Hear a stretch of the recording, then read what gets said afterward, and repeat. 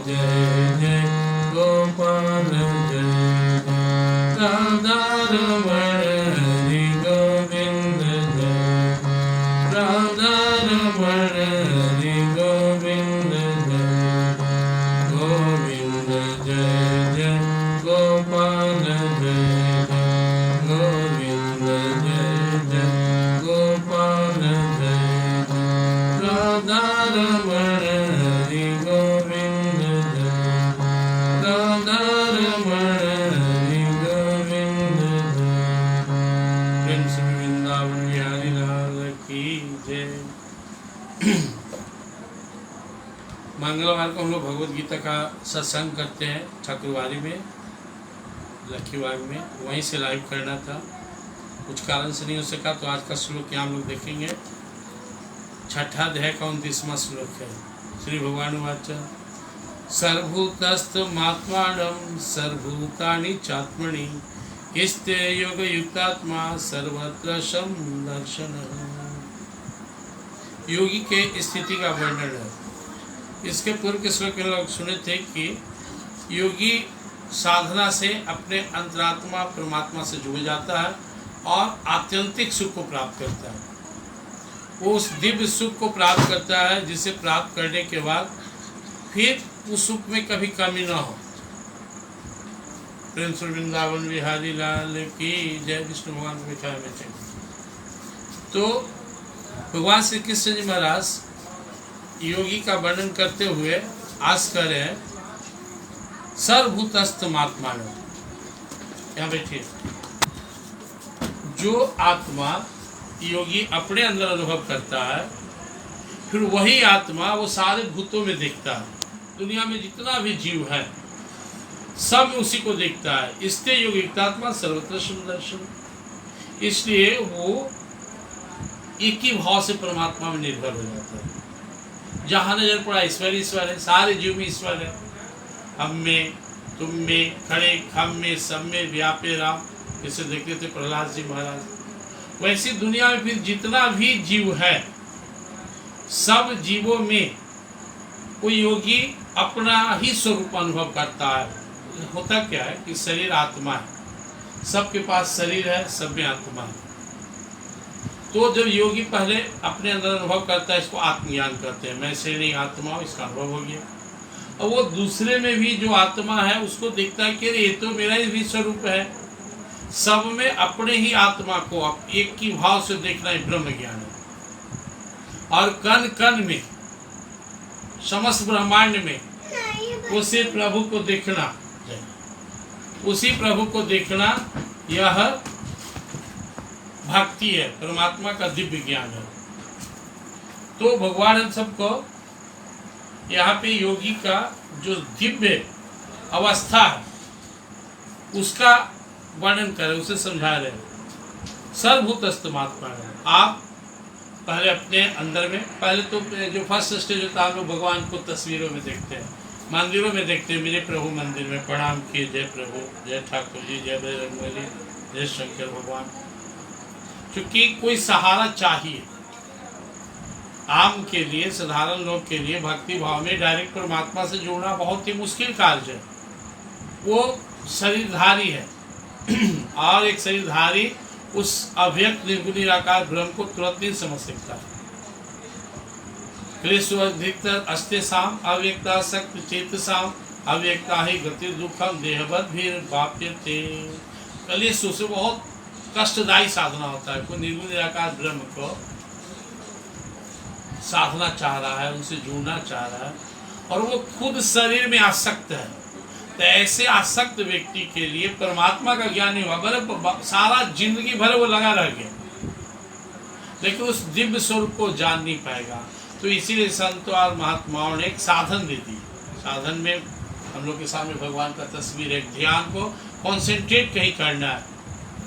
मंदिर में भगवान की मूर्ति है और जो हम अपने मन को वहाँ लगाना सीख लेते हैं, जो हमारे ध्यान में आने लगते हैं, तो अभी तक हम बाहर में उनको निहार रहे थे और आँख बंद करके अपने अंदर निहारते हैं। जो अपने अंदर उनको निहारते हैं, ध्यान करते हैं, तो फिर धीरे धीरे वो प्रकाश में बन जाते हैं। दिव्य स्वरूप उनका है। अब सहज में हम धीरे धीरे उस राज में बढ़ते हैं। हम भी दिव्य हैं, वो भी दिव्य हैं। फिर हमारे अंदर की अनुभूति बढ़ने लगती है। अभी हम आँख से देख रहे थे, अब मन की आँख से देख रहे हैं, ज्ञान की आँख से देख रहे हैं, अनुभव से देख रहे हैं। तो हमारे जो सनातन धर्म में इतने सारे भगवान के स्वरूप देखते हैं, मंदिर देखते हैं, भगवान के सुंदर विग्रह देखते हैं, यह सहज में मन को भगवान में लगाने के लिए बनाया गया और भक्त लोग आसानी से लगा भी लेता है। इसके अलावा जो बाकी दूसरे धर्म में जहाँ लोग कहता है मैं मूर्ति पूजा नहीं करता हूँ, मैं डायरेक्ट निर्गुण आकार को भजता हूँ, तो उसमें भी कहीं ना कहीं है, उनको समझ नहीं आता। कहीं खास रूप में आपकी गुरु का ही कोई रखा फोटो, सहारा तो है, या कोई मुंह पूरा भी करके कर रहा है, कोई पश्चिम भी कर रहा है, तो कोई तो सहारा है उसके पास। क्योंकि स्वामी विवेकानंद जी शिकागो में बोले, मूर्ति पूजा पर जब उनसे पूछा गया तो बोले कि किसी भी आम व्यक्ति के लिए बिना किसी सहारा के उस परमात्मा से जुड़ना असंभव है। इसलिए वो कहीं ना कहीं सहारा लिया, चाहे वो मंदिर का सहारा ले, मस्जिद का सहारा ले, गुरुद्वारा का ले, चर्च में जाकर ले, और एक स्वरूप का कल्पना करता है, एक खास रूप दिशा में पूजा करता है। जब एकदम सक्षम हो तो फिर किसी चीज का सहारा नहीं लो, तो यह सक्षमता आम आदमी में नहीं आ सकता। इसलिए स्टार्टिंग पीरियड में हम सबसे पहले भगवान का एक स्वरूप का कल्पना करते हैं, उस स्वरूप में अपने मन को लगाना सीखते हैं। पहले बाहर भी भगवान को निहारते हैं, बाहर भी भगवान को देखते हैं, फिर अपने अंदर में देखने का प्रयास करते हैं। और जब आप अपने अंदर में देखना सीख लिए तो फिर कह रहे सर्वभूतस्तमात्मानं सर्वभूतानि चात्मनि, जो ईश्वर मेरे अंदर है फिर मैं देखता हूँ वही हर मनुष्य में है, यहाँ तक कि हर जीव जंतु में वही भगवान मेरे है। इससे योगितात्मा सर्वत्र समदर्शन, इस तरह योगी की एक दिव्य अवस्था प्राप्त हो जाती है, फिर वो उसे कोई सपोर्ट की आवश्यकता नहीं है। सारा ब्रह्मांड अपना स्वरूप को अनुभव करता है। बाहर का जो है मिट्टी जल अग्नि हवा आकाश, पंच तत्वों का शरीर, सबका शरीर, मनुष्य का, पशु का, जीव जंतु का, मात्रा कम बेसी हो सकता है लेकिन इन्हीं पंच तत्वों से बना है। और अंदर सब में दिव्य स्वरूप परमात्मा का जीवात्मा बोले, अपने अंदर अनुभव किए तो आत्मा जीवात्मा, और सब में देखने लगे तो ब्रह्म, और चराचर में देखे तो भक्ति में, परमात्मा में। तुलसीदास जी कहते सियारा में सब जग जानी, पूरा जड़ चेतन सब में वो भगवान को देख रहे। क्योंकि एक तरफ भगवान की शक्ति जड़ शक्ति है, मिट्टी जल अग्नि हवा आकाश, भूमिरापन लो वायु खा मनो बुद्धि रेप्च अहंकार इत्य बिना वितरष्टदार, मन बुद्धि अहंकार 5 3 8 जड़ बन गया। और अंदर में परमात्मा का ये अपराशक्ति है, बाहर वाला जड़ शरीर, और अंदर वाला पराशक्ति। इस तरह भगवान की शक्ति भगवान का ही स्वरूप है। 15वां अध्याय पुरुषोत्तम में भगवान कहते हैं द्वाविमो पुरुषो लोके क्षर साक्षर एवं क्षर सर्वाणि भूतानि कूटस्थो अक्षर उच्यते। संसार में 2 तरह के पुरुष, एक क्षर है जो शरीर है, और दूसरा अक्षर है, कूटस्थो अक्षर उच्यते, तो अक्षर आत्मा है, और ईश्वर अपने को इन दोनों से परे बताते हैं। तो धीरे धीरे हमें अपने अंदर में पहुंचना है। जिनका अंदर सक्षमता ज्यादा वो डायरेक्ट ईश्वर का ध्यान करे, और जिनमें सक्षमता नहीं वो सहारा ले। प्रार्थना करना, वंदना करना, भजन करना, पुकारना, गाना, ये सब क्या है? सहारा है। और जब आप में आपकी योग्यता बढ़ गई, आप सक्षम हो गए ईश्वर को प्राप्त करने में, तो फिर आपको कुछ नहीं, बस अपने अंदर में गोता लगाइए, आप परमात्मा साथ साथ है। यह योगी के लिए कहा गया, और यह योगी कोई भी साधक व्यक्ति बन सकता है। आप इसलिए योगितात्मा सर्वत्र दर्शन, यह अवस्था आ गया कि हम एक ही ईश्वर को सब में देख रहे हैं। आगे गीता में सुनेंगे, अच्छा मत आएगा। यही ज्ञान है। अविभक्तम च विभक्ति, बटा हुआ में भी सब जीव अलग अलग है, लेकिन सब में एक ही ईश्वर है जो देखता है, ही सही ज्ञान है। और हर जीव में अलग अलग ईश्वर देखना है। हिंदू है तो इनका भगवान अलग, मुसलमान है तो इनका भगवान अलग, ईसाई है तो इनके अंदर अलग, ये अलग, ये अलग। यह रजोगुणी ज्ञान है, और ईश्वर को मानना ही नहीं है, तमोगुणी ज्ञान है। तो जो सतोगुणी ज्ञान है, जो दिव्य ज्ञान है, उसमें वो सब पूरे चराचर में ईश्वर को दिखता है। जो भी हो, अगर वो राम भक्त है तो सारे ब्रह्मांड में राम जी को दिखेगा, कृष्ण भक्त है तो कृष्ण मान को, गुरु का भक्त हो गुरु को, देवी का भक्त हो देवी को। इसी तरह कोई अल्लाह का भक्त है तो सारे ब्रह्मांड में एक ही अल्लाह को दिखेगा, यीशु का भक्त है उसको दिखेगा। जिस रूप में शंकर भगवान का भक्त है तो सब में शिव ही देखेगा। तो आपका आस्था, आपकी निष्ठा सही है तो अंत में एक ही, क्योंकि देखने का भाव होता है, चश्मा है, लाल पहन लो तो सब लाल ही नजर आएगा, काला पहन लो तो सब काला नजर आएगा, हरा पहन लो तो हरा नजर आएगा। तो जिनको आप अपना इष्ट बनाते हैं, और जो ज्ञानी निर्गुण निराकार ब्रह्म, वो दिव्य स्वरूप में उनको अनुभव करते हैं, आत्मा से परमात्मा को, उनमें शरीर की कोई महत्ता नहीं है। भक्त शरीर शिव भगवान का भजन करता है, वहाँ पे वो दिव्यता है। तो यह आरंभिक स्टेज है, इस पर बहुत कुछ नहीं, मोटा मोटी समझना है कि ईश्वर को हम जो सनातन मार्ग है उसमें हम क्या करते हैं, पहले भगवान को देखते हैं, सूर्य भगवान को भी देखते हैं कि चलोने में भी ईश्वर की कल्पना करते हैं। दिव्य सूर्य सहस्र से हुए तीव्र बंधुता, जो सूर्य बाहर वैसा हजारों सूर्य का प्रकाश अर्जुन भगवान के स्वरूप में देखे, अपने अंदर में भी देखें। ज्ञान तू तद ज्ञान में साम नासित महात्मा, ज्ञान भी दिव्य होता है, प्रकाश में होता है, जो हमारे अंदर के अंधकार को नष्ट कर देता है। तो यहाँ पे शॉर्टकट में समझना है कि हमें सबसे पहले साधना करके अपने अंदर में उस आत्मा का दर्शन करना है, आत्मस्वरूप से परिचित होना है, फिर हमें अनुभव करना है, जो कि कोई अनुभव होता है कि जो मेरे अंदर वो सारे भूतों में, सर्वभूतस्थम आत्मानं सर्वभूतानि चात्मनि स्तेयोगितात्मा सर्वत्र दर्शन स्तेयोगितात्मा।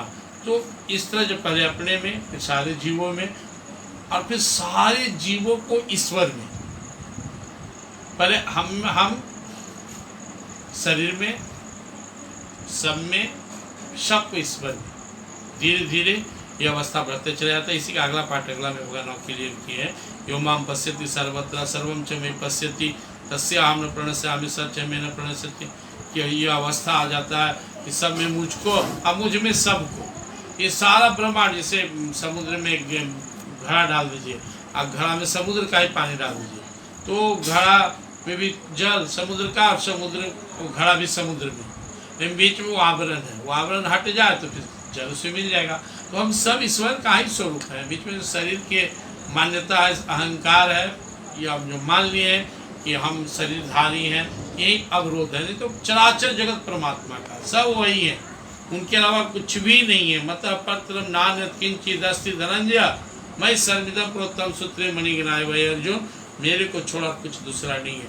जैसे माला मोतियों में पिरोया हुआ का नाम माला, ऐसे ही मुझ में सारा ब्रह्मांड व्याप्त है, जितना भी है सब मुझ में ही। साधना करें, भक्ति भजन में अपने मन को लगाएंगे तो धीरे धीरे धीरे धीरे धीरे धीरे मन स्वाभाविक रूप से भगवान में लगेगा और हम परमात्मा को प्राप्त करेंगे। इसके लिए वही था, इसके पहले के श्लोक में आप सुने, नित्य समय निकालिए, कहीं एकांत में बैठिए शुद्ध वातावरण में और प्रयास कीजिए। एवं सदात्मानम योगी विगत कल्मष, योगी धीरे धीरे ध्यान रोज करते करते जब सारे पापों से अलग हो गया, तो अंदर तो वो ही, जैसे शीशा है, अब चेहरा नजर नहीं आ रहा तो साफ कर दिए, धूलकन था तो नजर नहीं आ रहा, तो जैसे ही मल हटा चेहरा नजर आने लगा।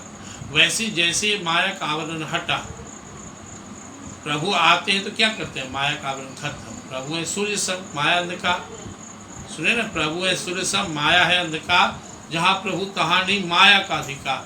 जब यहाँ पे आप अपने आत्मा परमात्मा स्वरूप से प्रकट हैं, जुड़ते हैं, तो उनके आभा में, उनके प्रकाश में सारा आवरण मोह माया का खत्म। आप देखते रहे राम तो मैं दिव्य स्वरूप हूँ।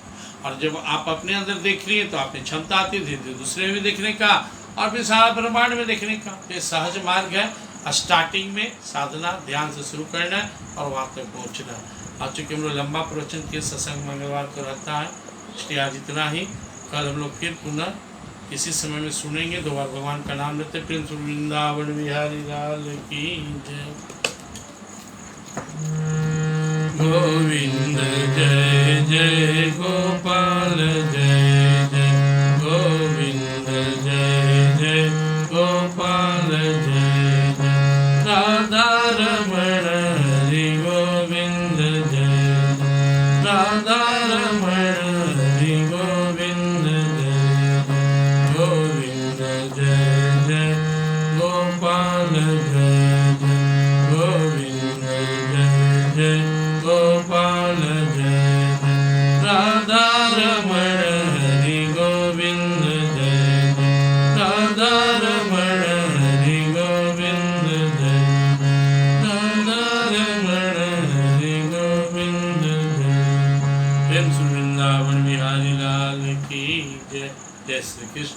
आप सभी का धन्यवाद।